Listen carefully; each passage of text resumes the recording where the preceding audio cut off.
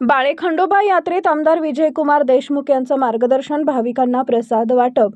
मार्गशीर्ष महिन्यात दर रविवारी मोठ्या उत्साहात पार पडणाऱ्या बाळे येथील खंडोबा यात्रेत या आठवड्यातील दुसऱ्या रविवारी आमदार विजयकुमार देशमुख यांनी श्री खंडेरायाचं दर्शन घेऊन पूजा अभिषेक केले।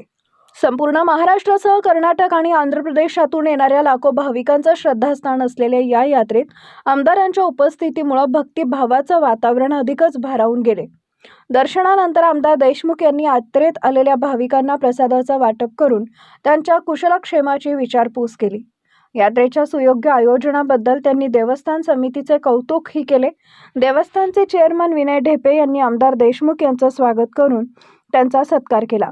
यावेळी राजू अलुरे, आनंद भवर, सुरवसे, विजय बगगोंडे, सुहास माने, मंगेश घुले यांच्यासह भारतीय जनता पार्टी प्रभाग क्रमांक 5 मधील कार्यकर्ते मोठ्या संख्येने उपस्थित होते। बाळे येथील खंडोबारायाची यात्रा ही परिसरातील प्रमुख धार्मिक परंपरा असून दरवर्षी लाखो भाविक दर्शनासाठी ओढा धरत असतात। आमदाराच्या भेटीमुळे यात्रेतील सेवा व व्यवस्थापन याबाबत कार्यकर्त्यांमध्ये नवीन उत्साह निर्माण झाल्याचं चित्र दिसून आलं।